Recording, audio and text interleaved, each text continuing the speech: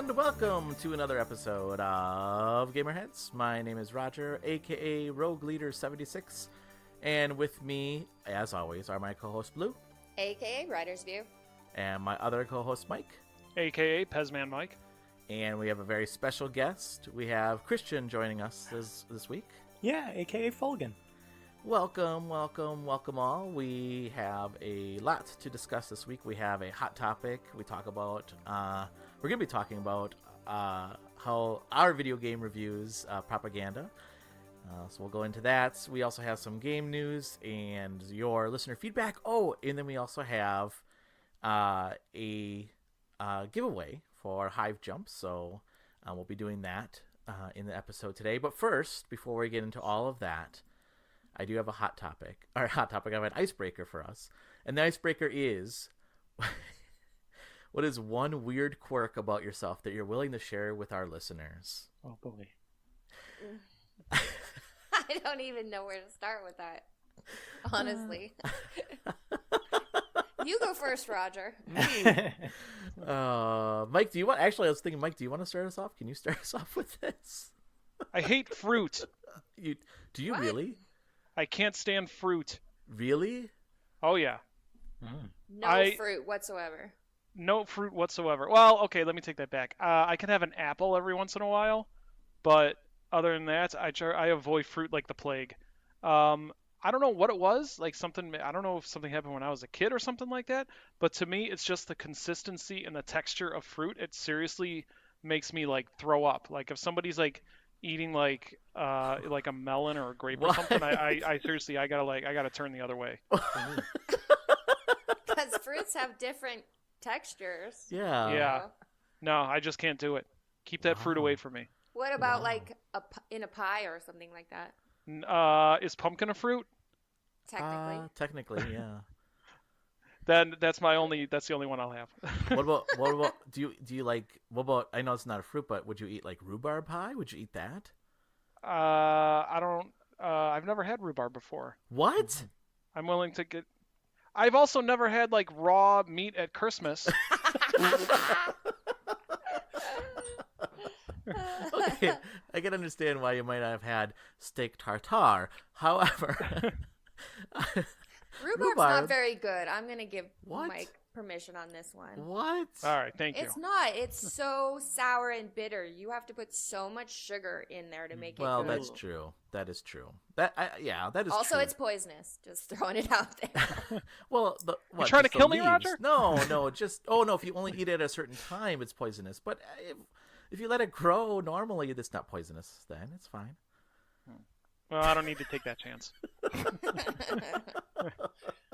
But no, I don't know. Just something about fruit. It just causes me to like get like ill. Really? So Yeah. So do you not have like apples and oranges and stuff like that in your house? Well, for my wife and son, yeah, that's why I'm hanging out in the basement so much. Those weirdos eating fruit. Look at them. Cowering in the corner, like just like hunched over like Gollum eating their fruit. My precious. So no, that's and whenever I tell people that, they're like, "What? What is wrong with you?" I'm like, "Nothing. What's wrong with you?" Oh, that's funny. Well, I'll go next then. So to give Blue and Christian some time to think about it. So I mentioned this already earlier on the podcast, like really, really long time ago, but I'll mention it again because I know that we've got new listeners, and this is the icebreaker this week. So I have a weird quirk about myself that if a song comes on the radio, so not like if I'm listening it on a CD or I guess like because I still have CD players in my car. But if it just comes on the radio, I have to listen to the end of it. So if it starts, I have to listen to the whole song. And so that's why, like, at the end of a song that I like I quickly change the channels in fear that there might be a song that I don't like, and then I feel like I have to listen to the whole song. And it's weird. Okay, so if the Macarena comes on the radio No. you hear it, you are bound by obligation to listen to the whole thing. You won't change it no matter how terrible the song. Yeah. Only if it... Only if it started off. The song that way. But I mean, so only if the song started off. If I switch the channels and it was the middle of the song, I don't have a problem. I can change it. But if it was like the beginning of the song, there, so it started off like as a challenge to myself to see if I could like change. I don't know, like change a song or something. I don't remember what it was. But then it turned out to be like a superstition. Like, oh, if I don't listen to the whole song, I'm gonna have a bad day. That's like jinxing myself. It's really weird. I don't know what is wrong with me. But no, that's totally normal, Roger. You shouldn't be ashamed of that at all. I know, it's weird. And then I also still have a fear of, zombie water, but that's actually a new fear. So, I want you to take that as a legit concern in front of like your like community board or something. No, but Blue, it is a concern. I actually, after that episode, I looked it up, and people are really concerned about water being contaminated by cemeteries. So there is zoning regulations that cemeteries have to be built like so many feet away from like water where like the fresh water is and stuff like that. So that is a concern. It really is a concern. It's not. But wouldn't that just add nutrients to the water? No, disgusting. No, I mean, theoretically. No, gross. Come on. I mean, if Bill is delicious. A squirrel drops dead, it's gonna drop dead where it's gonna drop dead. Oh, son of a! Now you got me worried about dead animals. Thank you very much. Yum. I don't know. I guess I don't have why. I don't know why, but I'm not grossed out as much of dead animals as I am of like dead people.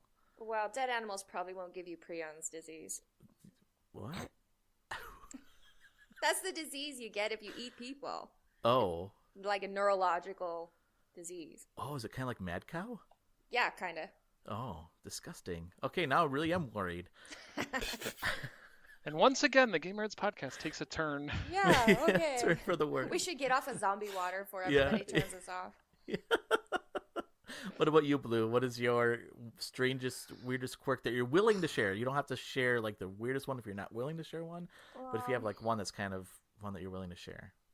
I don't know. I don't know about it. It's that weird, but I guess the only one that's coming to mind is like how if I eat a ice cream that's on a little wooden stick, I don't eat the ice cream that's actually on the stick. I just leave it. What? I don't want the wood to touch my tongue. It's gross. Oh. Is that like a texture thing or what? Yes, I hate it. Oh. That's such a waste of ice cream. So, well, I'll eat it as close as I can, but if it's touching the wood, then sorry. I'm just reminded now of the WWF ice cream bars. Oh, yeah. Those were great. Now I want one. Yeah. Or the Sonic the Hedgehog one where he just looks like he got punched several times in the face. It's Sanic. They're Sanic bars. That's right. So like popsicles too? Like you won't eat like... Yeah, or do you remember being in kindergarten and they would pass out those little tubs yes. of like the cups, yeah. The orange and vanilla ice cream and it came with a wooden spoon? Yes. I would try to eat it with my finger. And then of course the teacher's like, "What are you doing?" I was like, I don't like the spoon. I'm not. Oh, that's great. That's awesome. Oh, thanks, Blue. What about you, Christian? What's a strange quirk about you that you're willing to share? Yeah, I guess I have one that's video game related that I recognize a lot because I end up playing a lot, which is like a quirk that I think I developed about 5 or so years ago when I first played through the original Dark Souls game. And after you beat a boss, there's like this moment where it says like you win or whatever, and then you're getting all the souls, and then the thing crumbles. So you got this moment to just relish in your victory. And so I started like doing a couple of like chest bumps with my fist. And so like ever since then I found myself like whenever I fight a big boss, I've noticed this in game design, they give you a little moment to just celebrate your victory, and now I find myself just chest bumping all the time with my fist. And I think there was one time a couple months ago where I defeated a boss and my girlfriend walked by and I just did, it's like clockwork. I do the chest bump and then she looked at me really funny. I'm like, okay, sorry, I need to stop doing that. It's funny that you say that because when we were playing Smash on Friday, I think I beat Dracula in the classic mode, and you know what you did? What? You chest bumped yourself. Yeah. You chest I bumped probably for did a him? lot. Yeah, he did. Yeah. Oh. Oh my gosh. This is embarrassing. Well, it's not nearly as weird as having to listen to the whole song. I guess so. What? Is there a song? What are you talking about? Talking No. about you, Roger. Yeah. You're weird, have to listen to the whole song. Oh, or it's bad luck. yeah. No, that's pretty weird. That is pretty weird. But yeah, I thought you meant there's a chest bump song, and I was like, what? There's a song associated If with there chest- was, you would have to listen to the whole thing. Yeah. If it came on the radio, I would have to listen to the whole thing. That is true. Do I dare ask listeners if you have a strange or weird quirk that you're willing to share? You can send us a tweet at GamerheadsPC. You can also send an email at info@gamerheadspodcast.com, or you can also go online at gamerheadspodcast.com as well. All right, let's move on to the news then. I have a couple items here for the news. The first one is from Polygon, and the news is that GameStop cancels Kingdom Hearts 3 Special Edition PS4 pre-orders. This is such a dumpster fire. Oh my gosh. Oh, I know, right? I would lose my mind. Are you kidding me? And the best part Right, is, Christian? Right? Yeah, probably. That would suck if that was the only special edition pre-order you had. Yep. And now you Yikes. just don't get one? well, and Yeah. they were limited too, right? Weren't they like limited Yep. run of this, right? So, Yep. so they stated that due to an error, they oversold the pre-orders for a number of consoles that they had, and they had to cancel some of those pre-orders. For those that were canceled, those customers will receive a $25 gift card from GameStop. Woo, $25. Well, so here's my question: if it all is just a Kingdom Hearts skin, why aren't they just increasing production and just delaying some of them instead of just canceling them right out? I don't know. That's a good question. I know that Square Enix has had problems with scarcity in the past with some of their games, like Nier Automata. The physical edition for that was really hard to come by, and Octopath Traveler, the physical edition of that, also has been really hard to come by. So I guess it's a Square Enix publisher thing. I'd assume they gave them like a quota, and they're like, "Hey, this is how much we're giving you," and then they were like, "Oops, we let them buy too many. Here's a $25 gift card. Buy more Yeah. stuff from us, please." Yeah, that's true. That's definitely been brought up once or twice where people saying because of GameStop's notorious quotas that they put on their salespeople, they're saying you did this on purpose Yeah. just to meet your quotas, knowing you weren't going to be able to actually fulfill the orders. Well, and then to give them $25 as a consolation prize, like that's That's nothing. I don't know, right?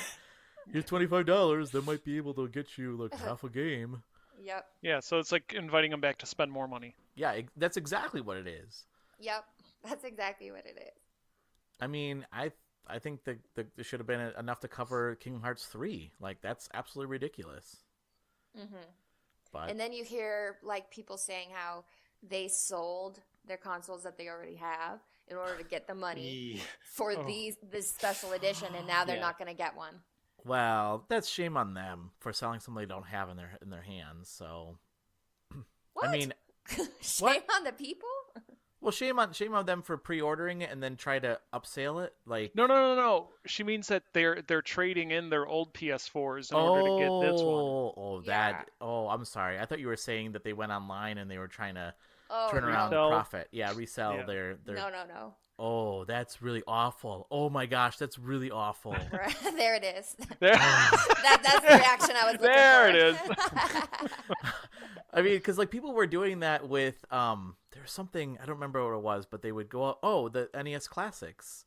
They were going and buying them ahead of time, and then going on like eBay or other places and selling them before they even had the classic in their hand. They were selling them for a higher price.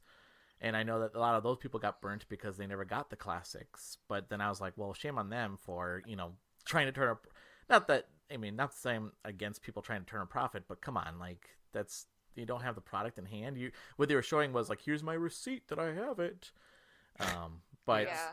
but those people that were trading in their PS4s to get the new one, that is heartbreaking. Mm-hmm.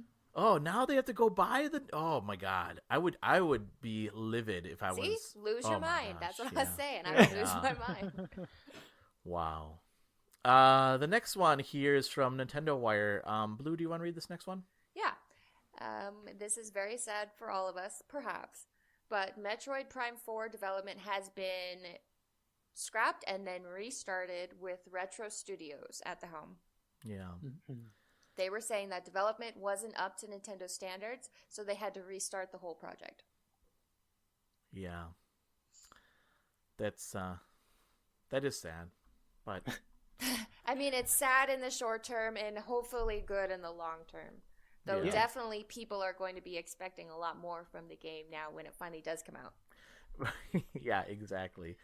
I guess I mean, I remember hearing this story and I didn't realize that that Metroid Prime 4 was supposed to come out this year. I thought that I know that they announced it at E3 last year, I think it was, but I didn't realize that they gave it like a 2019 date. So I guess I wasn't all that shocked. I was more shocked that there was a 2019 date out there, but I'm happy to see that they're giving it to Retro Studios, because I remember when they first announced it and it wasn't clear that they were giving it to Retro Studios, so it seemed like they didn't want us to know that the sequel wasn't going to be developed by the same studio that made Metroid Prime 1, 2, and 3.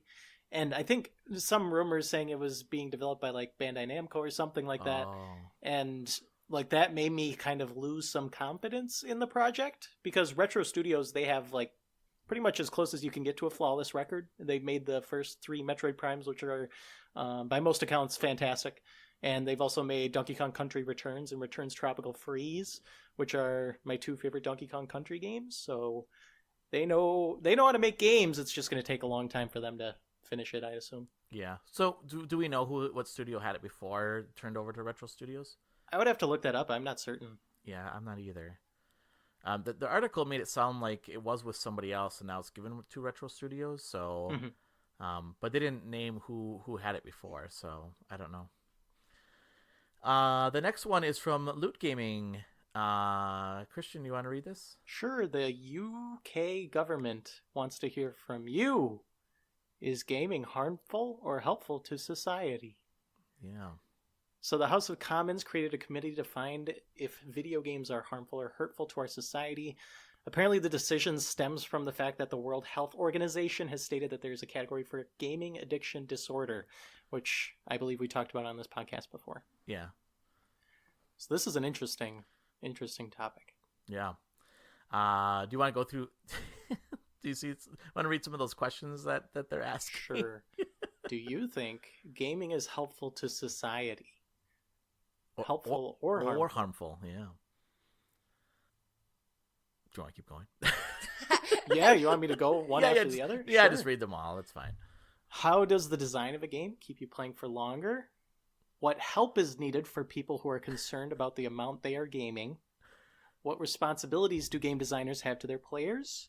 Are young people disproportionately affected by the addictive qualities of games and apps? And what makes the UK a world leader in gaming in VR/AR, and how can the industry be supported? Yeah, it's so weird, right? Yeah, that's my favorite question. Because up until then, they're framing the questions as if that gaming is bad. Yeah. And then it's like, what makes the UK the best? Not is the UK the best, but what makes the UK the best? Yeah, That is funny. I think it reminds me very much of like the questions that we get here in Wisconsin. It's like, oh, Wisconsin's the worst at binge drinking. What makes us the best beer makers in the state? Like, wait, what? Are you the worst at binge drinking or the best? Well, that's actually what one of my friends posted and said. Doesn't that make us actually the best at binge drinking? But yeah, like some of these questions like are really worded weirdly, almost to the point where they're trying to skew the answers, right? Like what? Like, are young people disproportionately affected by addictive qualities of games and apps? Well, if you're an older person, you'd be like, yes, they are. I'm not. Or how does game design of a game, or how does the design of a game keep you playing for longer? Do you find it addictive? Like, just, I don't know. Like, it's skewed to a certain sense of, even the first one, is gaming harmful or helpful to society? Let's focus on the harmful. Yeah. I was speaking to my colleagues over at the Loot Gaming about this because they're based in the UK. Oh, okay. And a lot of them were planning on doing a bunch of research and giving, really good answers to this. But they seemed overall optimistic. They thought that this committee was not biased, despite how the questions might seem. They thought that they were just looking for expert answers on either side. Oh, okay. And so I was telling them, I was like, I hope that they get just an absolutely overwhelming number of responses saying the positives of gaming, because what I could see happening is committees like this being repeated in every country in the world. Yes. Yep. So, including ours. Yep. So how it goes in the UK could really set a precedent for the rest of the world. Yeah. I mean, I could totally see this happening, trying to link, violence in our society to games, totally in our country. Because I think a lot of these questions are very all-encompassing, and it might cause like a few bad examples to bubble to the forefront and cause them to think that all video games have very specific issues with them. But hopefully the experts will voice the opinions and ideas of the common people. What's they're gonna find out? It turns out that Candy Crush is actually the worst game ever. Today I saw a commercial for Candy Crush Friends on TV. They're just churning those things out. How many Candy Crush games do they make? It's insane. As many as people will buy, I guess. I mean, they're free. They got to be like churning out microtransactions like none other. Oh, I know, right? Well, do you remember the TV show? I mean, it was really short-lived, but there was Candy Crush, the TV show. What?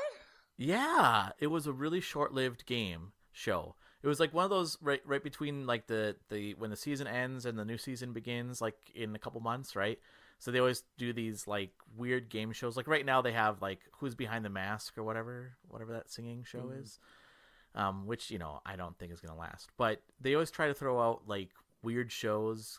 Like, and it feels like they're just trying to get feelers on these. And one of them was Candy Crush, the game show. And, yeah, it was weird. Like, you have to look it up. I think it was CBS. It was a weird... I don't think it lasted even more than a couple episodes, actually. So, dumb. Well, hopefully they do listen to actual evidence as opposed to bad headlines that are written on bad evidence to begin with. Yeah. Like how Fortnite breaks up relationships or whatever. Yes. Yeah. What was that, like 40% or something? They cited Fortnite addiction as one of the reasons that their relationship broke up or whatever. Yeah. That's all the news I have. Do either of you have any other news? No. I don't know if it counts as news, but I think I figured out what the microtransactions are in the new Resident Evil. Really? Yeah. What are they? Yeah. So apparently if you pre-ordered the special edition, you got a handful of different like costumes and guns. And so if you didn't order the special edition, there's a store in the game that allows you to purchase those. So far. That's what I'm understanding that the microtransactions are, because the game is basically all anybody's been talking about this week.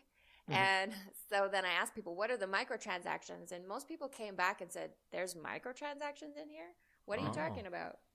Well, that's good. I mean, at least it's not, ruining the game, it sounds like. I know. I was like, if that's all it is, then that's been a lot of fuss over nothing. Yeah. I've heard good things about the game so far. That's very weird to me. That doesn't even sound like microtransaction. Like, why would they put that in the game so that it could be labeled as a microtransaction? I would just put that in the PlayStation Store or the storefront and just let them buy like the special edition upgrade, and then you get the skins that way.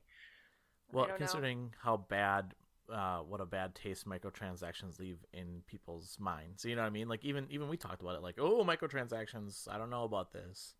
Yeah, I specifically didn't buy the game because they were in there. Yeah. And I wanted to find out what they were first. Yeah. So. But yeah, it is weird, Christian, that they didn't just do that, and maybe they have future plans for that little in-game store. I don't know. Yeah. Yeah, we'll have to watch it. Sometimes they don't flip the switch on that stuff till later. That's what they did with Black Ops 4. There weren't microtransactions implemented until like a month after launch, after all the reviews were out there. That was smart. Yeah, it was. Like, scarily smart. Yeah. So, that's interesting. Well, I'm glad that it wasn't anything too serious. Anything else that you guys have for news? No. All right, then let's go on to our listener feedback. And listeners, you can give us feedback through our Facebook site. It's facebook.com/GamerheadsPodcast. You can also go to Twitter at GamerheadsPC, email us at info@GamerheadsPodcast, or you can go to our website at GamerheadsPodcast.com. So last week we asked the question, what were our favorite celebrities in a game? So here are some of your picks. So, Blue, do you want to read the first one? Sure. This is from producer BTW on Twitter. And he says, when Peter Dinklage did the voice of the original Ghost in Destiny. Oh, yeah. And I really had to agree. I Really? Wow. I loved the first Ghost, and then they replaced it with like they patched him out. high-pitched Nolan nasally North. voice. And that was when my husband was basically playing it 24/7. And so this high-pitched nasally Ghost was just constantly making noise in the house. And I'm like, what did they do? This is awful. Yeah. And I forgot about the Nathan Fillion being in Destiny as well. Like, I totally forgot about that. I'm like, oh yeah, I love Nathan Fillion. So that was a good answer. Christian, you want to take the next one? Sure. At CNerd Media tweeted Bruce Willis in Apocalypse on the PlayStation 1. Yeah. Did either of you play Apocalypse? I have not. No. Yeah, I didn't either. So I remember hearing that Bruce Willis was going to do the voice, but then I remember when that game came out, I was like, oh, I had to play it, and then I never did. Another victim of the backlog. Yep. From Typhoon Gomez, I've loved a ton of games with celebrities, but two come to mind that are outside the normal characters: Bronson and Bond, and Shatner in Star Trek. And that are Liam Neeson in Fallout 3. I didn't realize that. Yep. And Seth Green in Mass Effect. I loved their work on those, and one day I'll need to play Fallout. I'm assuming FO4 means Fallout 4? Yeah. So, yeah, okay. So Bronson in Bond, and then Shatner in Star Trek. What Star Trek game did he provide a voice for? I don't remember. Good question. Yeah, I don't remember Star Trek, but I remember Bronson, and then they got Daniel Craig to come in, and when they came out with the Wii version of GoldenEye, he did all the voiceovers for that. Daniel Craig did? Yeah. Well, then they reskinned him too as Bond, as Daniel Craig. Which is really cool. But I would love to play a Star Trek game with Shatner as Captain Kirk. I'm assuming he'd play Captain Kirk, not somebody else. But I didn't realize that Liam Neeson was in Fallout 4 either. What is he in Fallout 4? Or Fallout 3, sorry. What's he in Fallout 3? He's not in Fallout 4. In Fallout 3, he's like your dad. So he's your dad one of the in main Fallout characters 3? in Fallout 3, yeah. Okay. Yeah. And Seth Green in Mass Effect. What was he in Mass Effect? I don't remember. I don't know either. Yeah. I played Mass Effect. I don't remember Seth Green in it. Unless he's the ship pilot. He might be. Oh, maybe. Joker? No. Yeah, Joker. I think that might... Well, I guess we'll have to look it up. Blue, do you want to take the next one? Yeah, this comes from Jumbo Scorpions. They tweeted, Def Jam fight for New York's big cast of rappers and B-list actors is so funny. Ludacris and Method Man are your homies. Danny Trejo is an assassin sent to kill you. And the final boss is Snoop Dogg. Oh, now I want to play this game. This sounds awesome. Yeah, I responded to him. It was like, I can get behind anything that Danny Trejo is in. Yeah. Yeah. Have either of you played Def Jam? No. I've played like a PSP one, I want to say, but that was it. Yeah. I want to play that game too. Christian, you want to take the next one here? Sure. At Nefarious West tweeted Mike Patton in Bionic Commando for the PS3. Yeah, I've not played. I have it because that was one of the PS Plus games. Again, it's a victim of my backlog. Oh. I haven't played it, but I remember playing the original Bionic Commando and thinking this is an impossible game. It's tough. It is tough. Do you know that Commando? I think Bionic Commando is a sequel to Commando. Did you know that? Really? That's what I read. Fascinating. Yeah. And I've not played Bionic Commando on the PS3. Have you, Blue? Have you played that game? No. Yeah, any other one. So, Seth Green plays Joker. oh yeah, Yep, okay, that's the pilot. yep, that makes sense. And then the Metroid 4 was Bandai Namco. Oh, it was okay. Just over Interesting. here fact checking. Yeah, thank you for keeping us honest. I just make stuff up. Although I guess like 90% of the time I'm right, so not bad for making stuff up. The next one is from ABXY Reviews, and they tweeted Ray Liotta. Is that how I pronounce the last name? Leota, yeah. William Fichtner, Tom Sizemore, Dennis Hopper, Burt Reynolds, Luce Guzman, and more and more and more. Vice City has a great cast of celebs. I didn't know that all those were in Vice City. I didn't either. Wow. Yeah, that's pretty impressive. Burt Stacked. Reynolds? I didn't know he was in that. Crazy. Like, that's crazy. And I think one thing that we talked about, well, some of that discussion that generated was how some actors are really good at voice acting and some are not very good at voice acting. And it's weird to me to think of, like, Burt Reynolds because I don't see him as a voice actor, really. I mean, maybe he's done other voice acting, but, like, Mark Hamill obviously has. Like, he's lended his voice to a lot of stuff. But, like, you know, Dennis Hopper and Burt Reynolds, I don't know. I can't see them doing other voice acting, but... Sure, Dennis Hopper always plays insane characters. So he has to be good at voice acting. Well, Yeah. I mean, do you think this difference, though, from, like, acting as, like, on film versus voice acting? Like...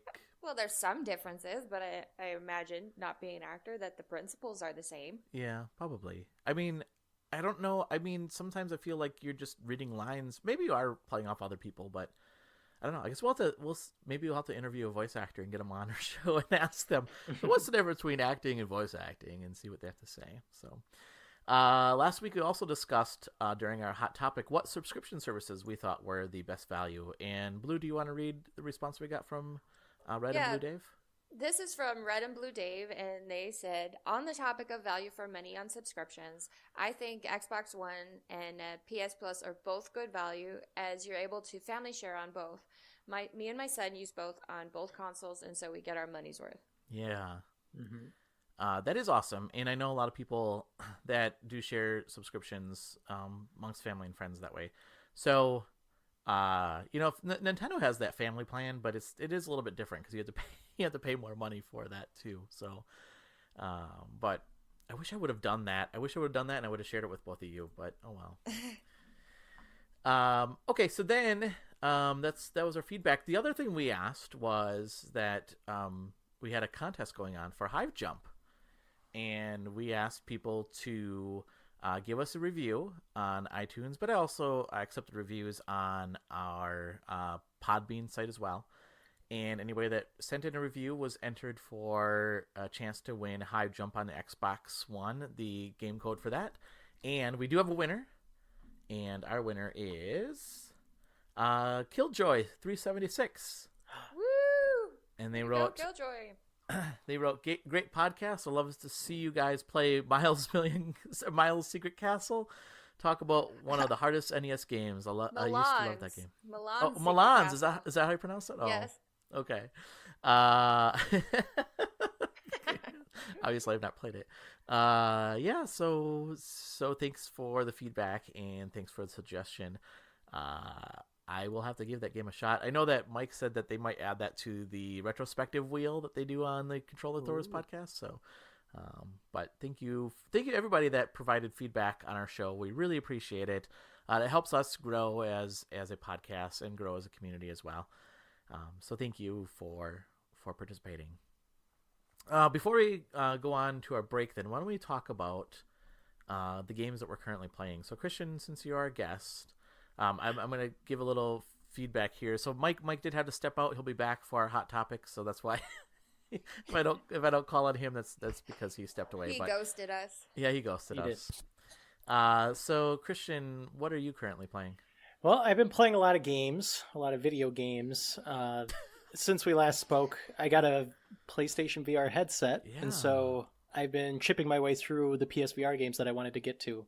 So I played through Thumper, which is a fantastic rhythm game, probably my favorite rhythm game ever at this point, and that includes Rock Band and Guitar Hero. It's just fantastic, and it doesn't require VR, but VR makes it even better. So I would highly recommend Thumper. Have either of you heard of Thumper? I have heard of it. I have not, but I don't have a VR, so I don't pay attention to those games. Yeah, that's totally fine. But it doesn't require VR, so you can have a blast in or out of VR, and it's available on Switch. So, ooh, fancy.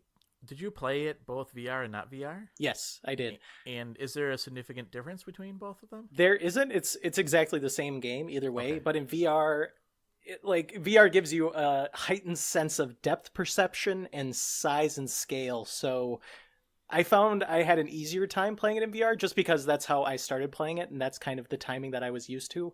And so I was able to time things easier. But what I like so much about it is that the game, it isn't very easy.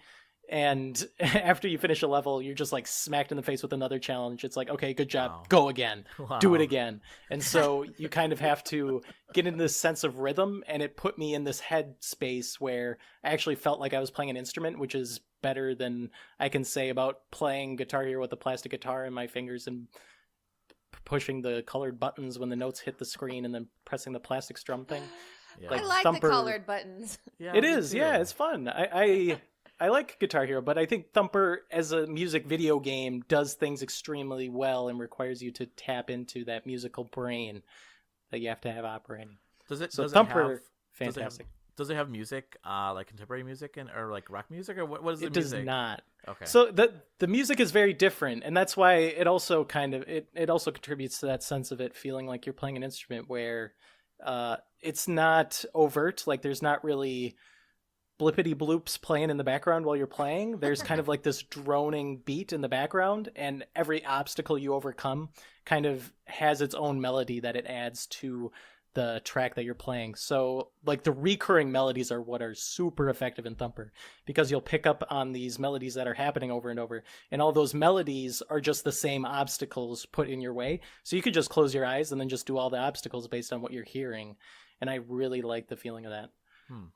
Have you played what is that called? Bit Trip Run or something? I think. Yes, I've played it. Yes. And is it something similar to that? Because you have to have some kind of rhythm to that music too. Hear the music and I mean, obviously it's a little bit different, but is the music, what you're talking about, having the music playing in the background, is it similar to that kind of musicality, I guess? Yes, it is quite a bit similar. I guess where it's different is that the music is, I guess it's both more overt and also more background in Bit Trip than it is in Thumper, because Thumper is largely a rhythm game, whereas Bit Trip is kind of a platformer where the music enhances your ability to time things correctly. Yeah. Cool. That sounds like fun. I might have to check that game out. You know, other game you could play now in VR?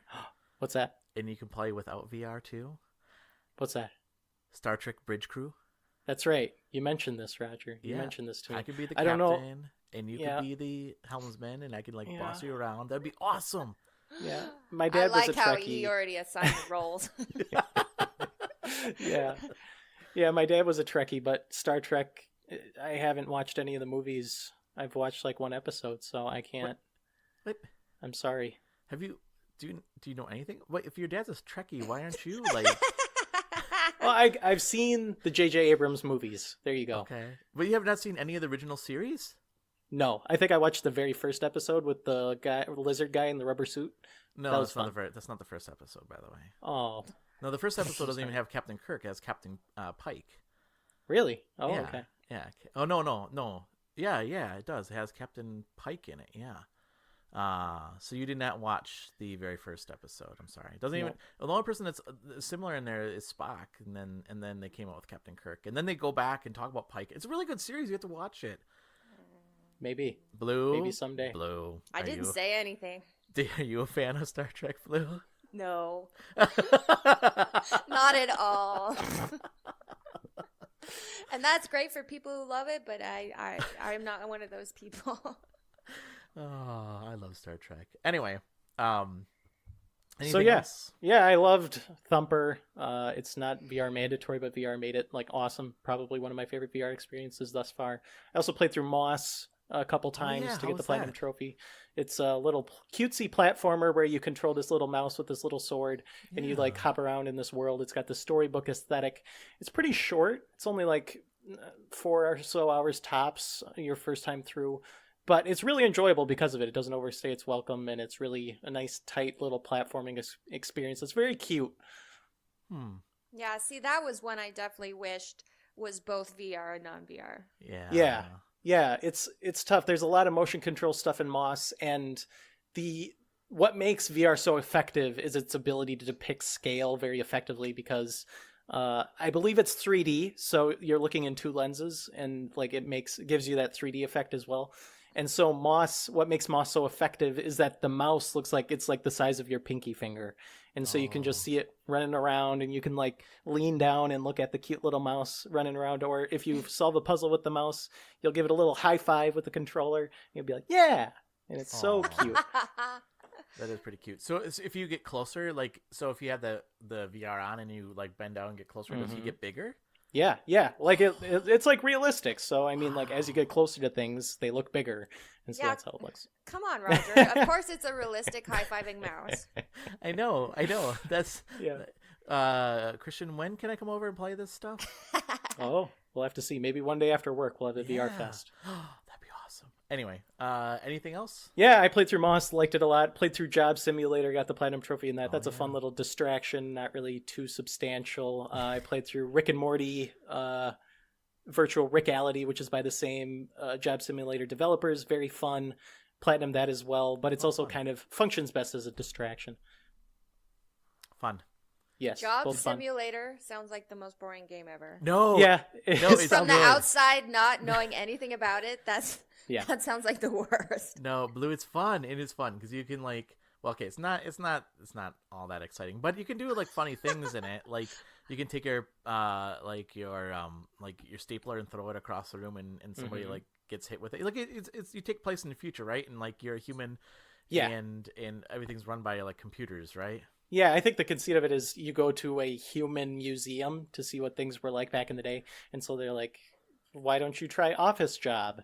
Yeah. Office jobs were very common with humans back in the day. So you're playing what robots would think an office job consists of. Oh, I see. It is pretty funny. Like that, because Matt Christian had the demo disc of that, and I played it. He also had the demo disc of Resident Evil, and that scared the crap out of me. I could not. Yeah. I could not watch that.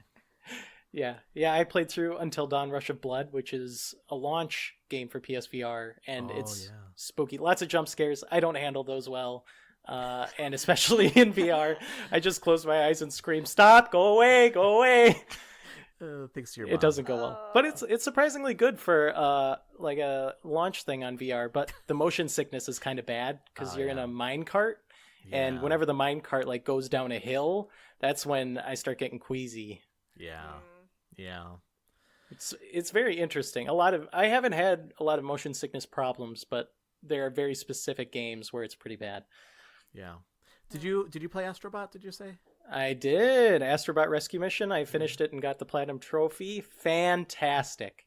Game is so good. I watched like a lot of like just little snippets of content of them playing it, and it's so hard to judge a VR game or just to watch a VR game because you're seeing one eye, and that eye is obscured most of the time, and like the view that you're getting, it doesn't work because you don't always see the character, and it's just so hard to judge a game based on that other viewing experience. Whereas when you're in the VR headset, Astrobot Rescue Mission is just fantastic. It's like the closest thing that Sony has got to a Mario platformer, a 3D Mario platformer. It feels like exactly of that cloth. That's awesome. It's fantastic. Yeah. Anything else? Well, this weekend I've been a little busy too. I've gotten myself to 99 platinum trophies, so I'm one away, Oh, and my I think I'm Wow. going to save that 100th for Kingdom Hearts 3. That's my goal. Wow. But I not agree trophy with related. that. Yeah. I agree with think that. it'd be perfect. That'll be perfect. But not trophy related. I played through Katamari Damacy this weekend. Oh, Have either of fun. you played Katamari at all? No, I have the No. demo on my PlayStation. The demo, though. yep. Yeah. That's the one experience I had was I played through the demo of Katamari on PS3 way back in the day. And that was a long time ago, like 8-10 years ago, so I don't remember it very well. But I've always heard great things, and I gave it a shot and finished it yesterday. And the controls are very frustrating. The controls are what I had a big issue with because you need to use both analog sticks to do anything. So in order to move forward, you need to move both analog sticks forward, and you don't have camera control. In order to change where you're looking, you have to move one analog stick one way and then the other one the other way in order to actually turn. And Oh, wow. it was so frustrating because I'm like, why can't you just give me camera control on the right stick? And there's a simplified control scheme that almost gets there, but because of it, it feels like they punish you for using this simple control scheme because the left one does exactly what I want it to do, the left stick, but the right stick moves the camera very slowly. Oh. So they're like, this isn't how you're supposed to be playing the game, so we're going to make you move it very slowly, which is frustrating. Yeah. I feel like it's just hindered by the bad controls, but otherwise it's a awesome experience. I mean, you're just rolling this ball full of junk. That's what you're doing, and you like progressively get bigger and bigger and bigger, and you're swallowing. You go from swallowing up little little tacks and stuff on the floor to enveloping buildings in your giant ball. And it's a gameplay thing that's been used a lot up to this point, but Katamari is kind of what pioneered it in some sense. It's got this crazy, wacky Japanese tone that's pretty endearing too. Did you play that? What did you play that on? I played it PS2. I played the PS2 original, Okay. but the reroll version is out on Switch now, Yeah. and it's Yeah. largely the same game. I wonder if they fixed the camera though. Yeah. That's a good question. I don't believe they did. I believe the controls are exactly the same as they were. Hmm. So Oh well, then why bother? Yeah. it's Yeah. good. It's good. You just got to wrestle with the controls. Like it took me 3 hours probably until I actually kind of understood what I was doing with the controls. But even then, I was still wishing that it was simplified. Hmm. Mm-hmm. Well, thank you, Christian. Anything else I Sure. should ask you? Anything else that you've been playing? Nah, we're good. We're all Those good here. 20 games are good. Yeah. that was all. He had a slow week. Yeah, exactly. Blue, what have you been playing? This week, I finally finished up, well, so to speak, I finished up Disgaea. Oh, you did! Ooh. Yeah, sort of. I didn't finish it, but I finished it as much as I could before when I promised I would have my editor, I would have the review in. So Yeah. I am done with that. Nice. That's awesome. hmm And overall, it's a great tactical RPG. Obviously, if that's your thing, but the game actually it changed very little during the whole time I was playing from the beginning to the end. It's really just you're playing these boards and they've got enemies on them and you control your little party, and that's just what it is the whole time.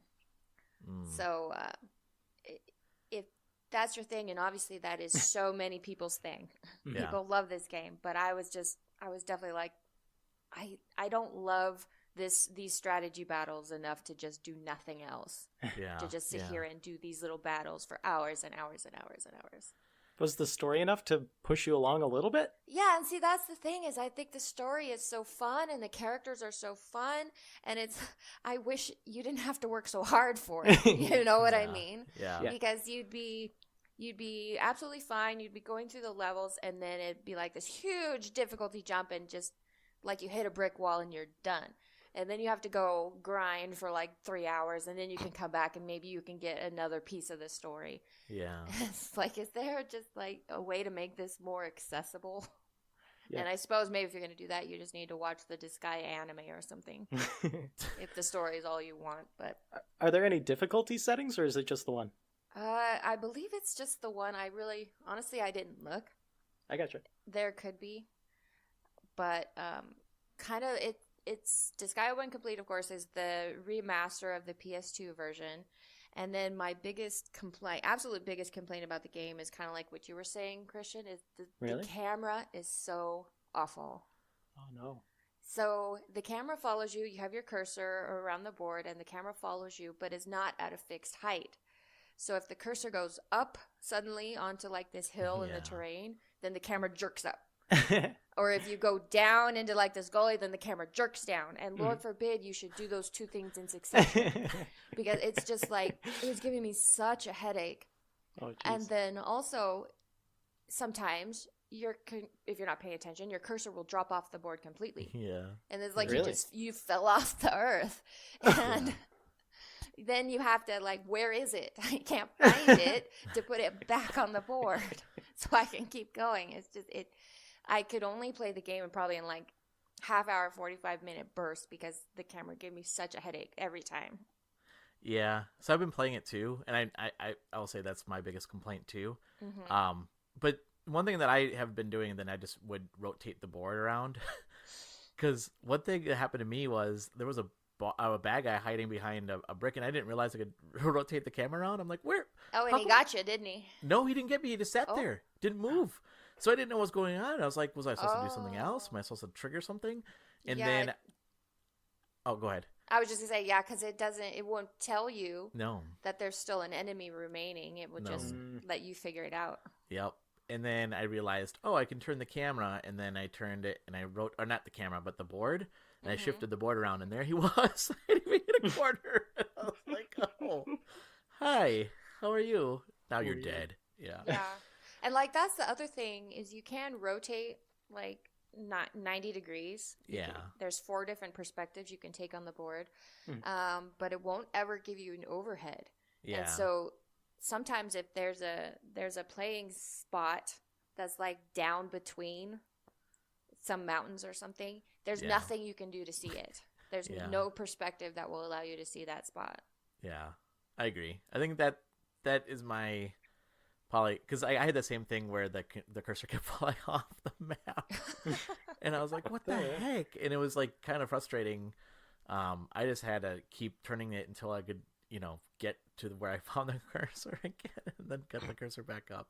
Yeah. But so I've been playing it too. The thing I do like about it, I also have Disgaea 5 too, so I've been playing kind of back and forth. I do like the fact that you can name characters. Like that's kind of fun. Like you like create your own characters, and you create like this whole plethora of printies and stuff like that. That's kind of fun. But every time you make a new character, you start the grinding process over. Yeah, that's true. And like the characters are like you don't have enough like of their currency to get like a good character. So so you get an incompetent character or whatever. Yes.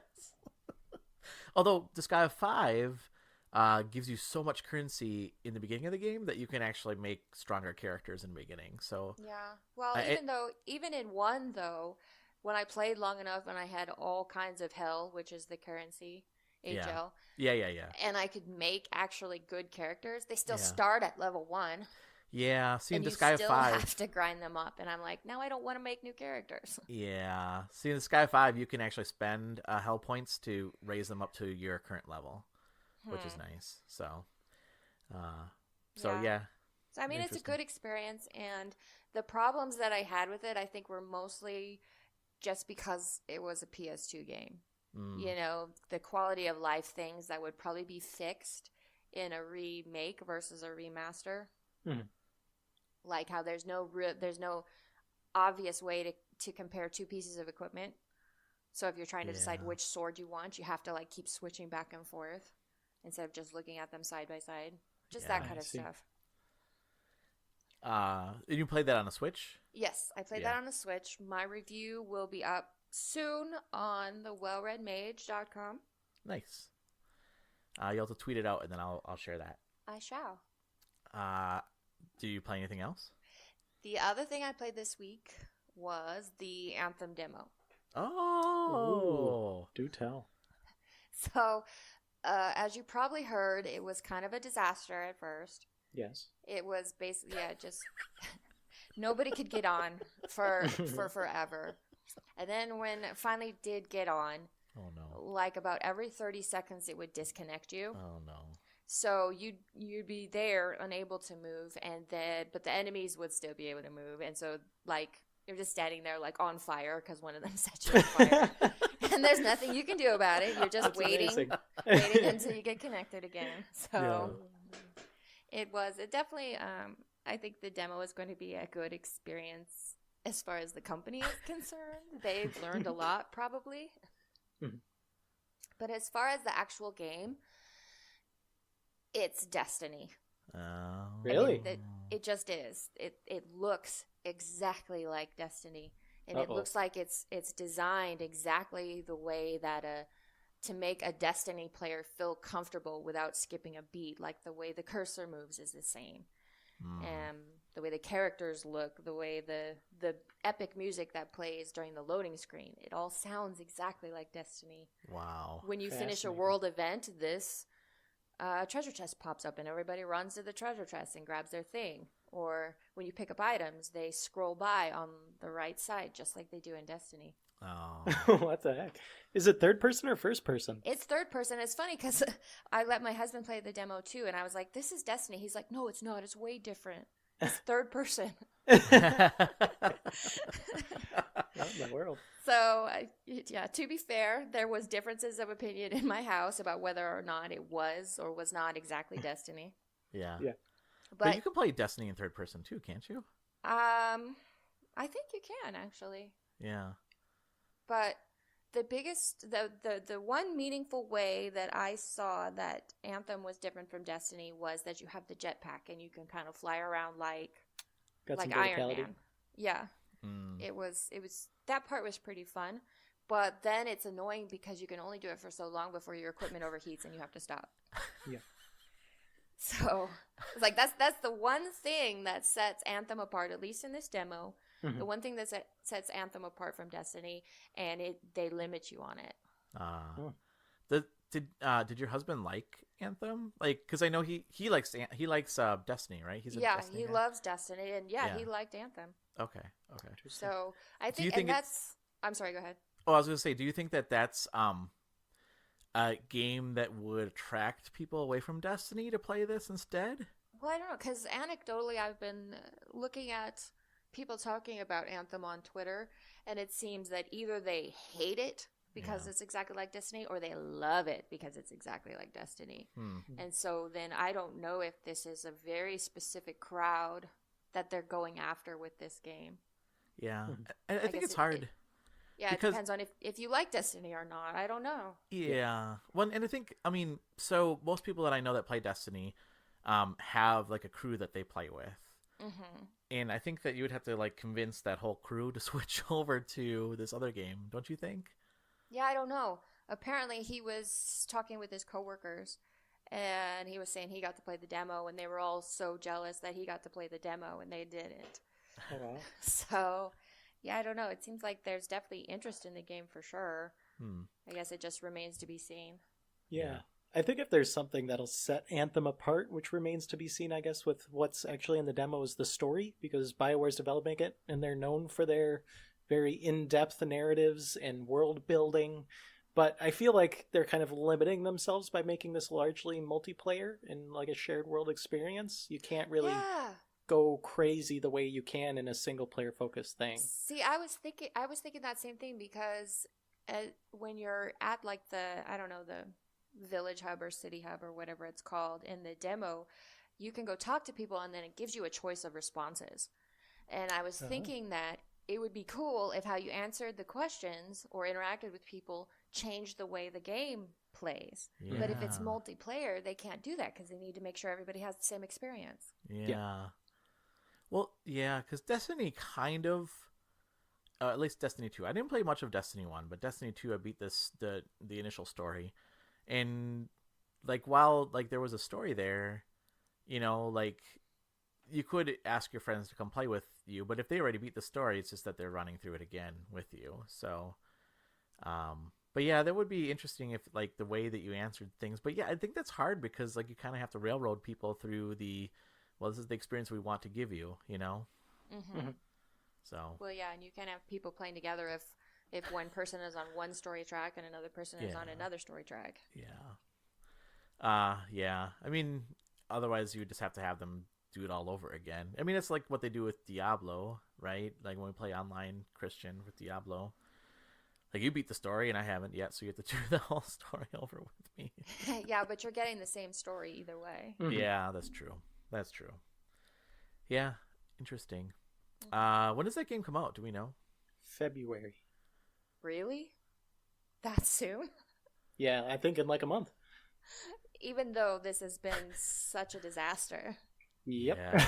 So, That'll go well. That'll go well. did you have to sign up for the demo? How did you get into the demo? Pre-order the game, I think. No, I didn't. I got access through one of my colleagues at the Loot Gaming. Oh, Cool. okay. I think if you pre-ordered the game, you had 3 codes that you could give out to friends. Oh. Interesting. So again, that kind of ties into the whole like getting a group of friends together to play this game kind of thing. Yeah. Yeah. February 22nd. Anthem's Oh. coming out. Whoa, that's in a month. Ready or not. Yep. Nice. Have you been playing anything else?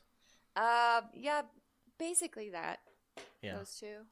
I'm just trying to. I've actually just been writing furiously this week because I'm trying to get everything wrapped up. So Yeah. when Kingdom Hearts 3 comes out, then I don't have to think about anything else. Nice.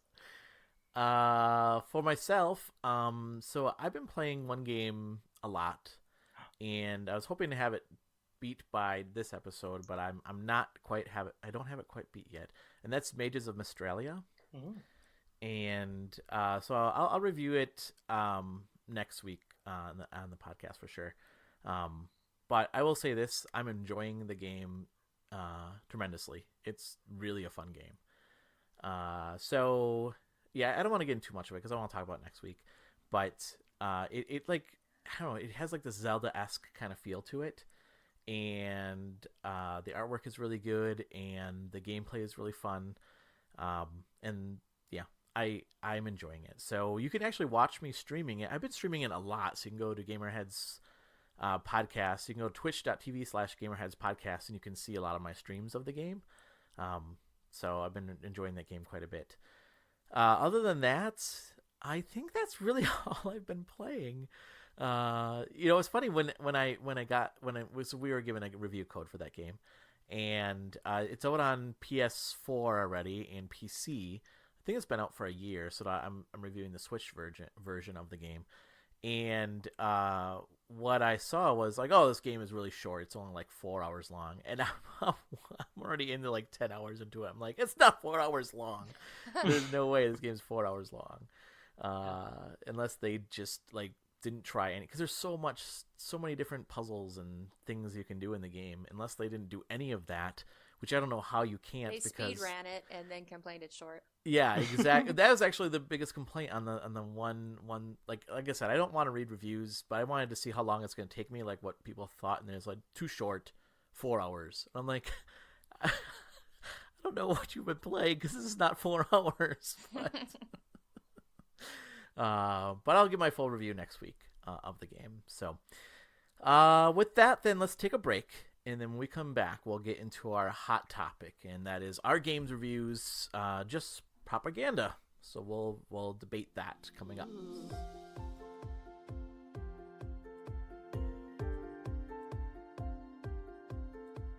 And welcome back to Gamerheads.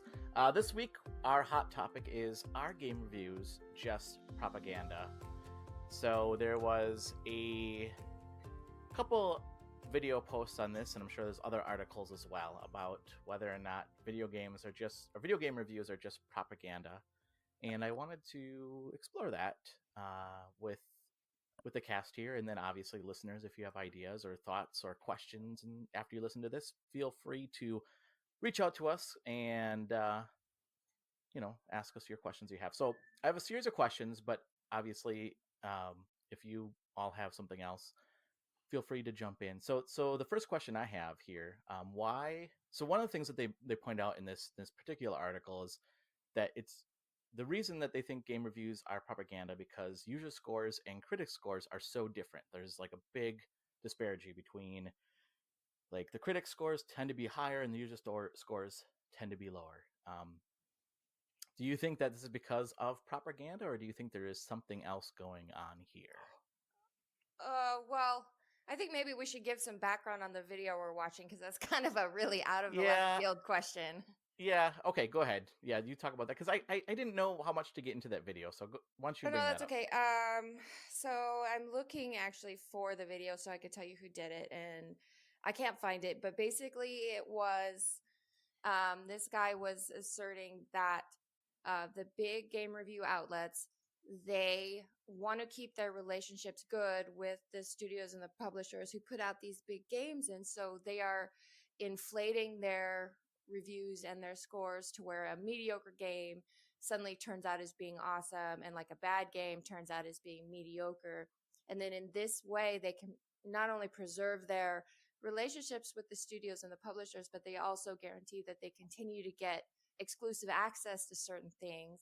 And while it's not a monetary bribe in this situation, what it does relate to is income for the game review outlets because they get money from the advertisements on the pages when people click in to read the exclusive content. Mm-hmm. And also they get free copies of the game. And so he feels like in order to try and continue incentivizing outlets to outlets continue to do glowing reviews in order to continue getting copies of games early. Yeah, early copies and then also access to like their studios, right? So getting exclusive interviews, going into getting invited to certain events that the general public doesn't get invited to. Right. Mm-hmm. And so this guy was saying one of his main arguments was that you can tell this is happening because if you compare the scores on Metacritic between, regular run-of-the-mill players and the reviewers, there's a huge discrepancy. Yeah. So But the problem though with Metacritic is that there's so many people in the user reviews that go based on emotion. Yes. And there's people that throw reviews up there that don't even own the game. Mm-hmm. Yeah. What was that one game that the Pokemon game? The Pokemon Let's Go game where people were throwing a bunch of negative reviews they didn't even own the game, but they want to throw a bunch of negative reviews to say, hey, we're boycotting this game, so we're going to give it zeros because this is not the Pokemon we wanted. Mm-hmm. Yeah. So, I don't know. Go ahead, Blue. Oh, I was just going to say, so I just thought it was a really interesting video and it's something of a good topic to discuss whether or not game reviews are thought to be accurate and whether or not people pay attention to them before they buy their games or if they're just going to buy the games they want to buy. Yeah. So I guess, I like I said, I have a series of questions here. So, I do want to explore each one if we can. So the first one being that the scores on like Metacritic from the critics are much higher typically than the user scores. And why is that different? I think we kind of talked about the emotion piece, but I think also, there is something about people that have this as a profession, and I feel like kind of what Mike was saying, like I feel like they try not to have their emotions go into their reviews, where I think where just a gamer who or somebody that's not, I shouldn't say just a gamer, somebody that is not writing it from a review purpose, but writing it from their own, like, this is, my own gut feelings. Like, I feel like there is something different. I feel like people that are going to write reviews have to take a couple moments away from the actual gameplay to kind of digest some of that. And I'm not sure if that always happens with the user scores that are on like Metacritic. Mm-hmm. Mm-hmm. Yeah, I feel that user scores are always, or at least most of the time, skewed to extremes. It's either a perfect score or a zero because of some flaw. And the people who feel obligated to actually leave a review score are those with a very strong opinion. So I've seen, like, on Google, for example, there'll be, tons of 1-star reviews or 0-star reviews where they just say, it wasn't too bad, but they screwed up my order, so I hated it, 0 stars. Or Yeah. an app on the App Store, and they're like, it's not too bad, too many ads, though, 0 stars. Stuff like that. Yeah. I Yeah, think a lot of the. Go ahead, Blue. I was just gonna say it would be interesting because when it comes to something like movies, a lot of times the opinions of, the highbrow critics or like the Academy Awards are very different than what, average people would rather go spend their weekends seeing. Mhm. And so it would be interesting to see if there are any scores on Metacritic, and I wouldn't even know where to look, where the user scores were way high and the critic scores were way low. Well, I'll give you. I'll give you an example here. So I went out to.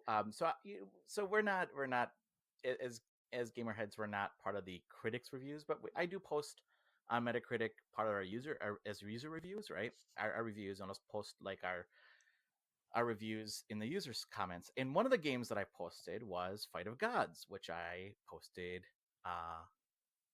this past week on our site, and then I posted it on Metacritic, and I gave it a 2 because I didn't think That was generous. that was a little generous, maybe.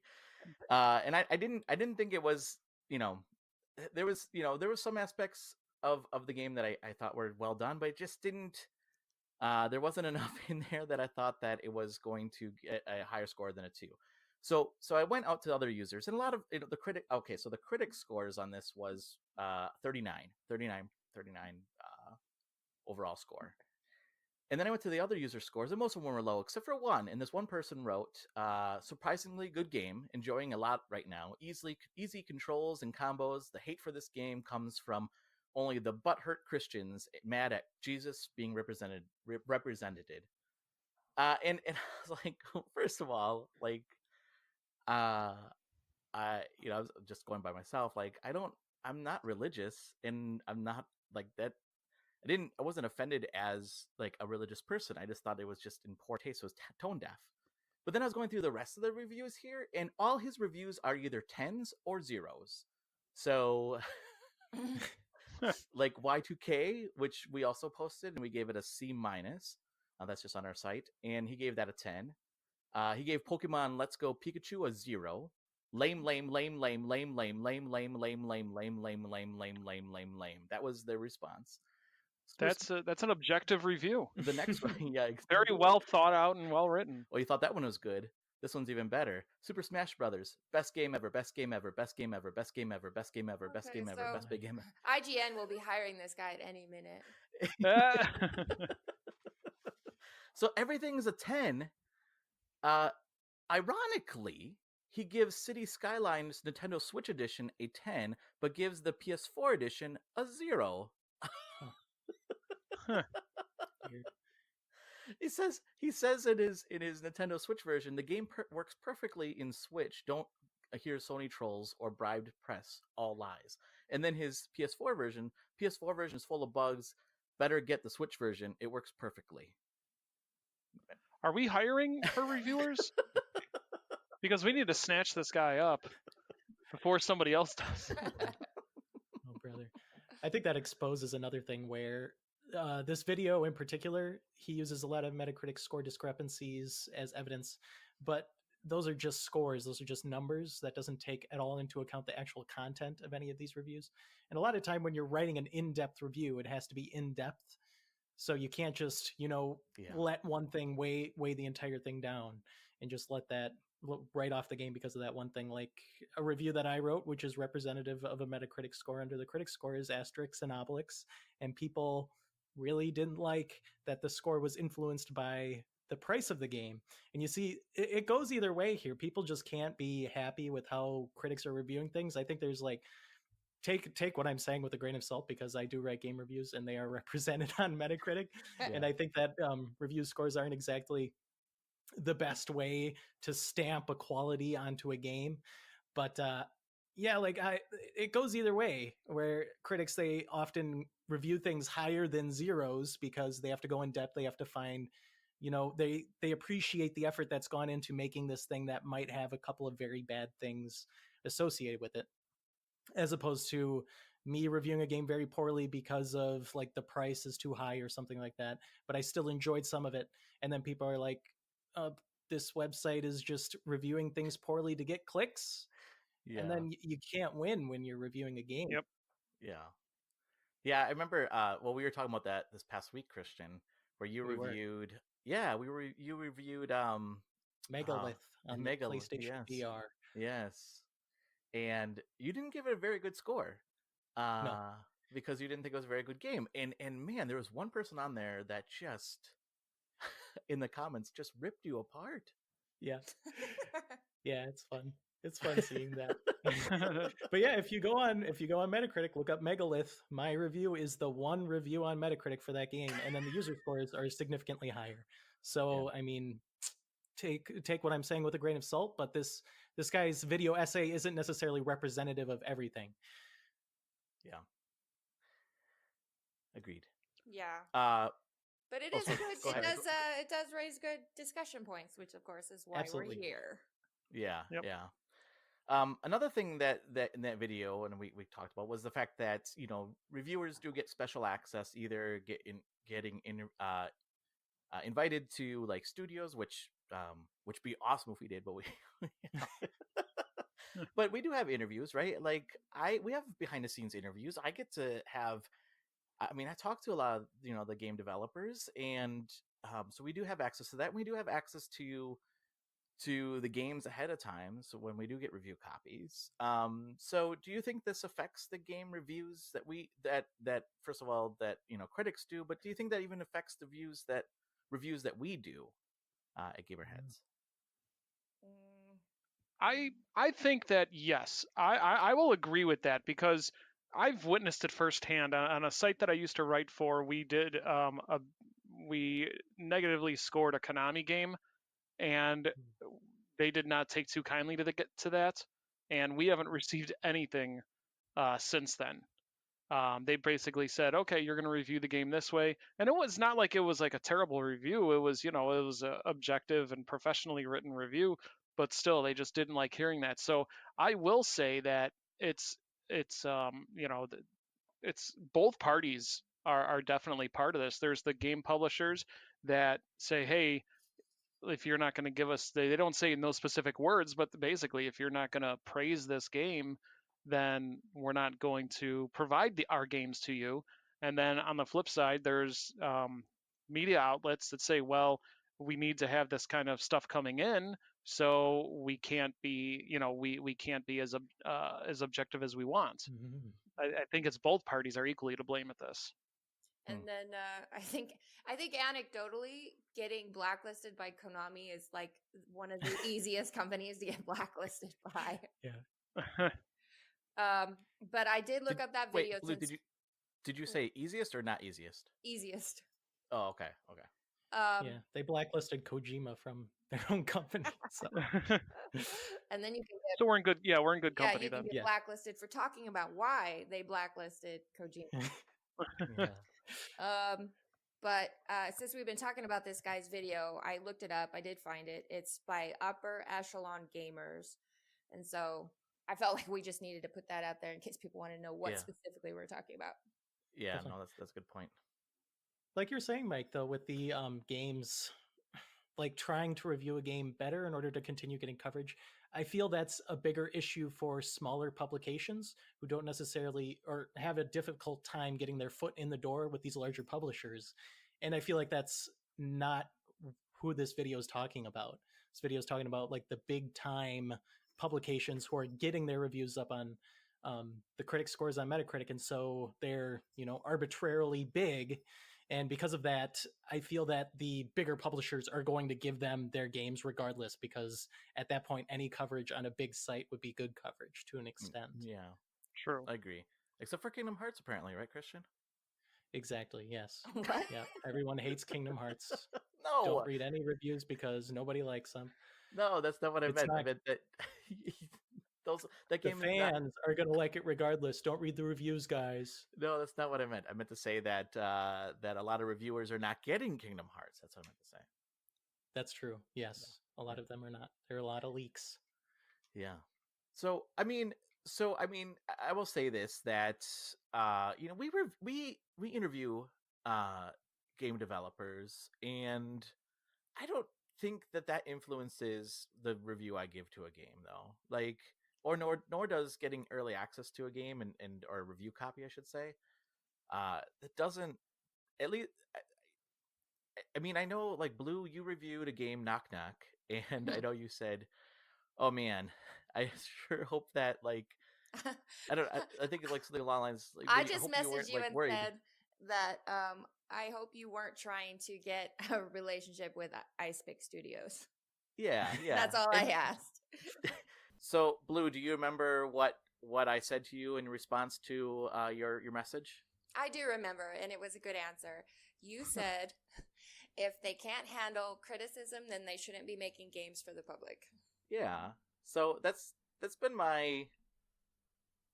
my like thought since the beginning, right? Like, Right. Well, I appreciated it because it was the first code that I got for Gamerheads, and I'm playing it. And I'm like, I know that this is the worst game I've ever played. So I just needed to check with you and make sure that we were going to be on the same page, that I could be honest about the code. Yeah. Well, it and the funny part about that was the fact that the scores on Steam got like 9s out of 10s. I know, that's crazy. I was looking at those after I was done. I was like, what the heck? Yeah. Yeah. And you know, I feel like, I mean, granted, we're not the biggest outlet in regards to like reviews and such. Not yet. Not yet. So, we're getting there. Yeah. But I do think that our reviews are very similar. I mean, I don't read another review until I'm done with my review, and then I'll go out and read what other people have said. And I do think that our reviews are fair. And in pretty much the things that we see in our reviews, other people have said as well, except for users. Like I said, like I can't speak for, you know, the user base, obviously, but I mean, I do think there's a lot of emotion that goes into what people put out there on reviews, and you know, just that example of Fight of Gods where the person has all 10s except for 2 zeros, and that's just impossible. Like I just don't think that's possible. You know, the video is about the larger outlets, and of course all of us can only speculate about what goes on there. Mm-hmm. But I definitely know that I did a poll like this before on Twitter, and I asked whether game reviews influence whether or not people buy a game that they're on the fence about, and it was actually 50-50. And the comments were pretty interesting. A lot of people said you can't trust reviewers at all. They're all biased, you know, or they're lying or whatever. Mm-hmm. And then also a lot of people said, no, if I want the game, I'm going to buy it because I only trust what I like as opposed to what other people like. So yeah. Well, I think that was a pretty crazy to have it 50-50. Yes. Yeah. Yes, I listen to reviews, and yes or no, I don't. I was like, if only half of people listen to what we're doing, then why are we doing this? Yeah, right. No, but I do think, well, and then we also put out a poll for our podcast, or not just our podcast, but video game podcasts in general, and we asked, you know, what do people want to see in podcasts, and the number one thing was game reviews, which I thought was kind of interesting. But I think one thing that the video did say, which I think is a good point, like you shouldn't just go to one site. You should, you know, see a mixture of reviews and see what people have to say. And we'll have I want to do an episode in the future about the scores and like the value behind game scores.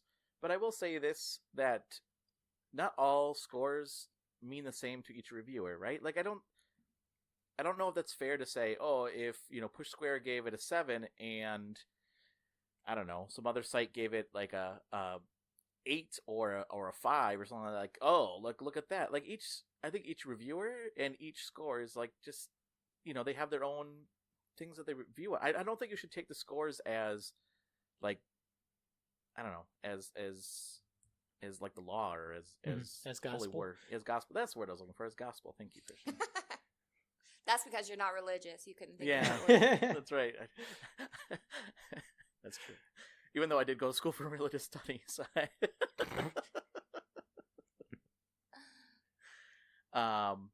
So the next item I have here, though, is do reviewers have to temper their language so that even the negative sounds good? Mm. This is a strong point for me because I think that yes, they need to temper their language, but not necessarily to make negative sound good. I just think that they just need to be respectful. I see way too many reviews that are just not just completely unprofessional, I guess you could say, and like using like phrases piece of crap, or like, you know what I mean, just trying to sound edgy. Yeah. And it just makes you makes you come off sounding just really pompous. Yeah. And to that point, for example, I know everyone's go-to for terribly written reviews is Pokemon Alpha Sapphire. Yep, too much water. Too much water. What? So like, that's just. Wait, isn't one of what Alpha Sapphire, isn't one of them like water based? I mean, I don't get it. What? Yeah, you're basically going from island to island, and the reviewer for IGN marked down the game saying there was too much water in the game. What? Okay. So if you ever say Oh. 7.8 too much water, they're referring to the Pokemon Alpha Sapphire review where one of the negatives was too much water. Oh my Yeah. gosh. It's a good thing we have you two here to explain to us all these industry in-jokes. Yeah, right. Because I didn't get that. So whenever I'm doing a review, even if the game is like, if I would say to my friends, "Oh, this game is garbage," it's you're writing a review and you're putting yourself out there for people to read, and you should give yourself just when you're writing it up, write it up with an air of decency about it. You Yeah. can't, in my opinion, you can't say this game is just the worst game of all time. These people should be ashamed of themselves. You can, but instead you would say, this game is not living up to my expectations, or it is not pulled together, succinctly, and it just does not work. Like, there's ways you can say things, Yeah. and I think that there's reviews out there where people are just way too, just like I said, unprofessional. So Yeah. to me, yes, absolutely, temper the language. Have a little pride in your work. You're not in high school. Don't write like you're writing just some. Don't write a professional review like you would an Amazon review or something. Yeah. I'm sorry, I just thought that was really funny. Yeah. No, I think that's a good point, because one thing that I will say that I'm still new to writing reviews, so it's not that I wouldn't say that obviously I'm a professional writer, but one thing that I try to focus on is, what value, first of all, did the game bring to the whole community, and then secondly, like, I do respect the fact that somebody put their creative I don't know, minds behind this. And I work in IT, and I like, it's easy to criticize. Like, before I worked in IT, I was user of the software, and every time like something would happen, not where I work now, but where I used to work, like something new rolled out, and everybody would be like, "This is garbage! I can't believe it doesn't work." And then you work on the IT side, and you're like, "Oh, that's why like things go wrong, right?" Like, I get it, and I get the fact that people put so much work and effort into stuff, and I will always temper my language because I don't ever want to disrespect somebody. But I also write from a perspective that I try to take myself out of the review, like, not from my perspective, but just from this is the game. This is the game, and I'm going to try to write it as objectively as possible and not have any emotions or things in the game. And I know that's not always the easiest thing to do, but I do attempt to do that. And and the video was saying, like, oh, people temper their language because they don't want to say negative things. It's not such that I think people temper their language because they don't want to say negative things. I think they temper their language because what you said, Mike, that keep the high school drama out of the reviews. Well, I mean, to be fair, I will respectfully disagree with Mike, because you might be trying to, as a reviewer, you might be trying to build a name for yourself. And if that's the persona that you want to get, like you're a jerk or you're edgy or whatever, then, by all means do that. It comes up to people whether they tolerate that or not. Yeah. And I will never understand why, for example, in the big outlets, which is what we were originally talking about, people say, oh, they suck, they're not objective, you can't trust their reviews, blah, blah, blah, and yet you continue to read them. Yeah, good point. You continue to give them their clicks where they get money from their advertising, and when you continue to do that, how is IGN ever going to know that they're doing something wrong? Well, when they have And somebody plagiarize, that's when they'll know when they're doing something wrong. Yeah, but and then how many people ran out to those articles to look at them? I did. Yep. So, that's what I'm saying is, by all means, if you want to be a jerk in your review, then be a jerk in your review if that's your thing. But if people don't like it, then don't read it. Yeah. No, Yeah. I think one thing I will say on top of that, Lou, I think that's problematic because then it's become about the reviewer and not the game itself, I feel. And I get the fact that people want to be a standout, but then does it come to the point where it influences how they review games and not so much the game itself? I mean, you think about people like the angry video game nerd. Yeah. I mean, That was the first person I thought too. Yeah, it's about his persona, and it depends. I mean, there's so many video game reviewers out there that I'm not going to ever criticize somebody for trying to stand out from the crowd. But I think personally, I wouldn't go to those types of tactics of saying, oh, this is garbage or whatever. I would never say such a thing. Yeah. But if you would, and you can make it work for you and people like it, I'm not going to tell you not to do it. Yeah. No, I don't think. Go ahead. Mike. To that point, I'll agree with you, Blue. And if that's the way you want to write your reviews, then at least then fine, go ahead and do that. I'm not going to tell you can't, but at the same time, don't play the victim when people don't want to do business with you. Yeah. Yes, that right there. Yeah, good point. The next question I have here: do reviewers need to be good at games, or the game that at least be good at the game that they are reviewing? Can One I of answer?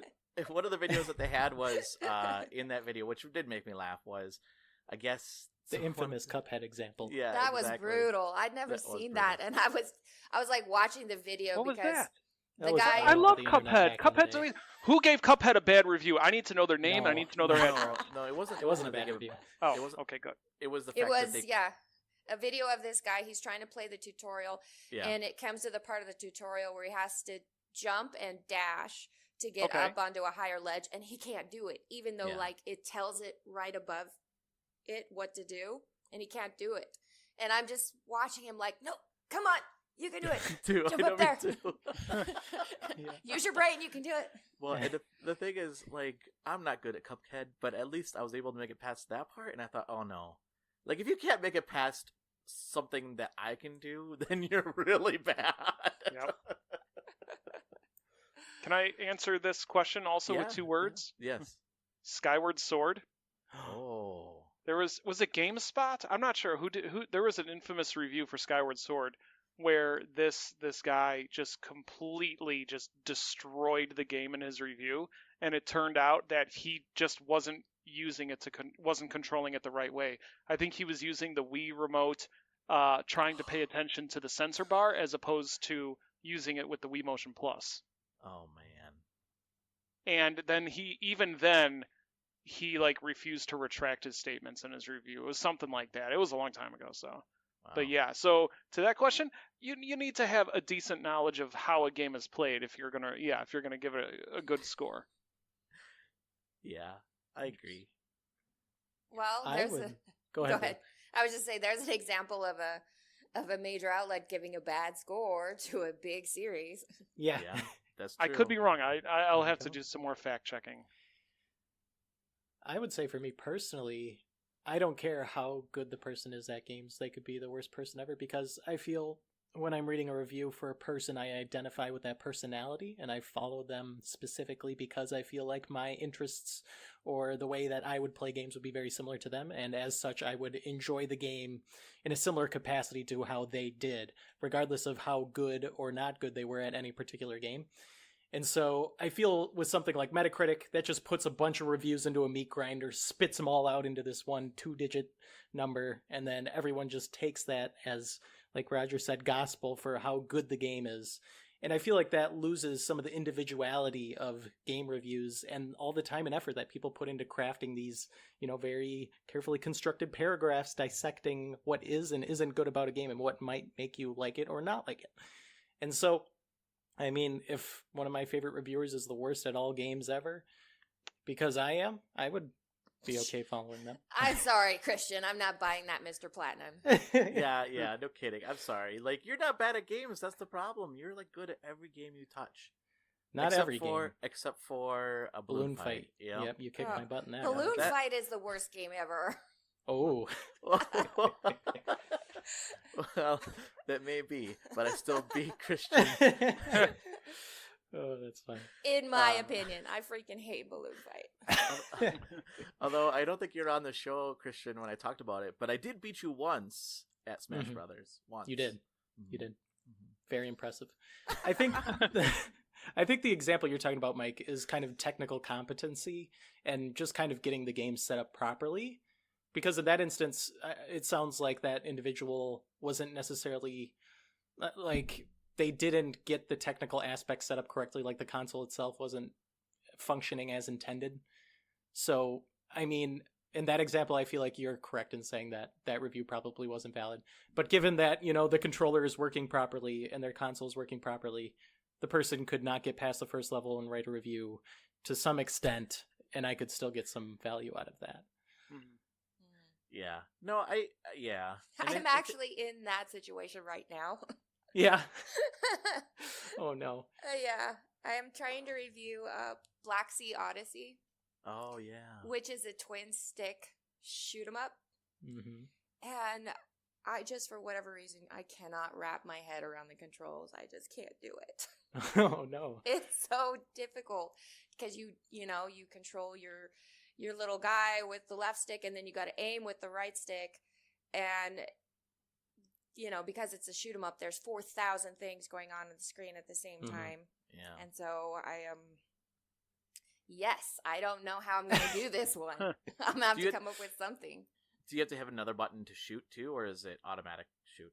Nope, you've got your trigger buttons to shoot, and your left one does your regular spear, and your right one you have to hold and then launch a harpoon. And then, yeah. That sounds like that actually sounds like that'd be part of the review because. And the left stick, like if you press it down to zoom, you like do your turbo boost or whatever, which means I keep doing it accidentally. Yeah, that sounds like it's a flaw in the game design, not a flaw in the gamer. Like, because I played twin stick shooters, and I mean, not that I'm very good at them, but I'm okay at them, and but one thing I always look at is like, all right, do I have to hold a different button to shoot? And it sounds like not just a different button, but it sounds like there's, well, if you want to do this, you have to do this. You have to do this. I know. I think it's because it's a twin stick, you don't get to use any of the 4 buttons. Yeah. And I think that would be so much easier if I could use buttons to do things. Yeah. Instead of being completely limited to the joysticks and the trigger buttons. But. Yeah. But I think what Christian was saying is more of, like, if you can't figure out, like, how to, the beginning of the game where you're not even understanding the controls in the beginning, like that, to me, I think that's different because I think that's a flaw in the game, what you're explaining, Blue, versus... I don't know, what is one person's flaw versus, somebody else's, you're just bad at the game. Yeah, I will tell you, it took me forever to get past the tutorial in this game. Yeah, I don't know. I mean, going back to do gamers have to be good at games too? I was playing part of the retro game brew challenge, or the high score games. I was playing Zombie Ate My Neighbors, and I thought I did good. And then I saw all the other people's scores, and I'm like, I'm not that Yeah, good. that's the thing about that contest is don't ever think you're good. But I mean, yeah, but I don't know. I mean, I understand, but if I had to review the game, obviously I understand the mechanics. I understand like what I'm supposed to be doing in the game. I feel like I knew enough that if I had to review it, I could review it. But yeah, I don't know if a game. I don't know if a reviewer has to be like really good at the game, because I feel like each person has their own competency on different games, and each person approaches games differently too. So I don't know. It doesn't seem like something that I would value. That the viewer is not good at it, so I'm not going to give it a high score, or I'm not going to listen to their scores. But I do think that there does come a part where the technical competency does play into a part. So my last question then is just the overall question: do you think game reviews are just propaganda? Just propaganda that's a big statement. Yeah. I'd say there's a small element of it because the reason. Well, okay, so let me take a step back. When companies are sending out review copies of their game, in terms of propaganda, and I prefer to use the term advertisement, because that's the whole reason they're getting out. They're trying to get word out on their game. Sure.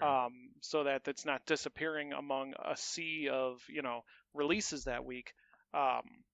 So in terms of that, then yeah, I will agree that it is for that. But that's part of the advertising game. Yeah, but I get it. But I think as game journalist too, I feel like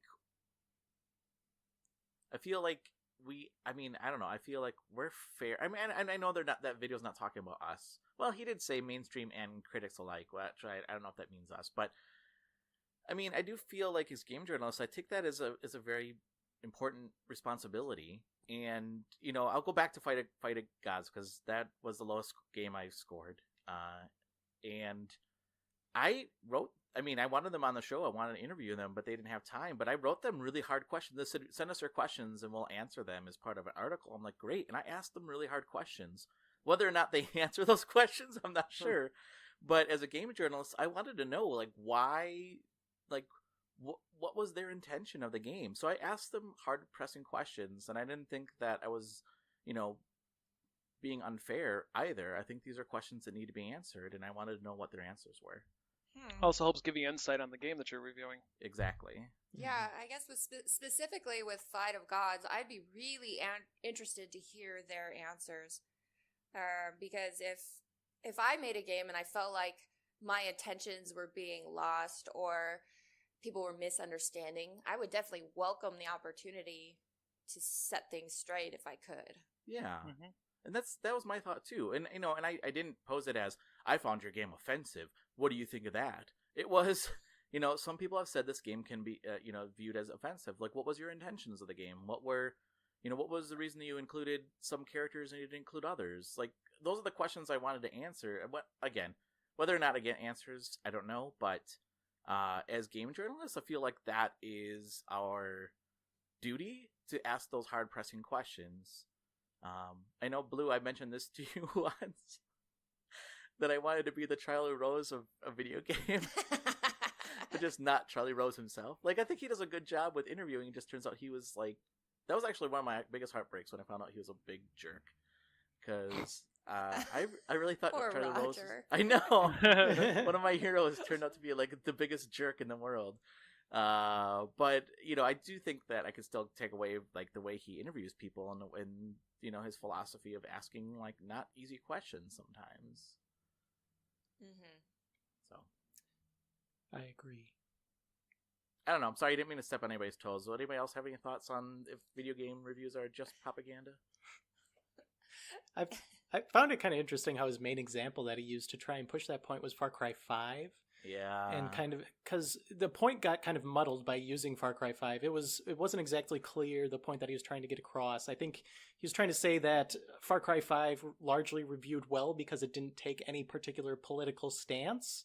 And a lot of people detracted or like subtracted from their review because the story wasn't good, and because of what he said was they weren't seeing their own political ideologies manifest themselves in this video game.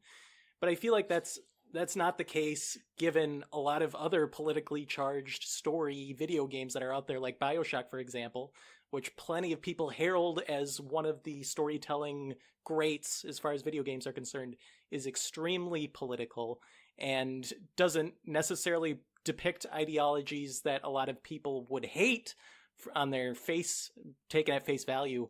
But because that story gave people things to mull over, things to think about, it was better because of it. Whereas Far Cry 5, it was very two-dimensional. It didn't really give you much to motivate yourself, let alone much to think about over its runtime. Surely there might be other reasons why a story might not be as engaging aside from politics. Exactly. Shocking. Yeah, to say whether game reviews are just propaganda, that's such a black and white statement that you can't possibly agree with it. Yeah. And also, to be journalistically critical, it's a bad statement. But I think that like most things, there's some truth in that. We are kind of going through a period of where people are not trusting the large outlets, and for various reasons. And so I think that it's a good question to ask, even if it's a bad question itself. Yeah, so listeners, what do you think? We want to know your thoughts. You can send us a tweet. Oh, Christian, can we do this? Christian, where can people send us a tweet? At Gamerheads PC. And you can go on Facebook. .com/GamerheadsPodcast. And you can also send us an email. Where can people send us an email, Christian? info@GamerheadsPodcast.com. And then you can also go on our new website, which is GamerheadsPodcast.com as well, and leave us comments there. So, all right. So before we go, why don't we go around and tell people how they can get a hold of us? Starting with you, Christian. How can people get a hold of you? Sure. You can read my reviews on Push Square or NewGameNetwork.com, or else you can feel free to reach me on Twitter at Christian Cupsa. Nice. And Mike, how can people get a hold of you? You can find me on Twitter at TCThrowers. You can also find the Controller Throwers podcast right here on GamerheadsPodcast.com, as well as you can join us every Tuesday night, 8 o'clock Central Time at twitch.tv/TCThrowers. And Blue, how can people get a hold of you? You can almost always find me on Twitter. My handle is @WritersView, and it's spelled with a Y, so WRY. And then I also have a website, which is writersview.com. And listeners, you can always reach us at Twitter at GamerheadsPC. As I mentioned before, that's the easiest way to getting hold of us. So, all right. Well, Christian, thank you so much for joining us today. It's my pleasure. And Mike, thank you so much for listening and joining us this week. Thanks for having me. And Blue, thank you so much for joining us. And thank you, Roger. And listeners, thank you for giving up another hour and a half of your time and giving us a listen. We really appreciate your feedback that you give it to us and your time. So thank you so much. All right, until next week, we'll talk to you later. See ya. Bye. So long.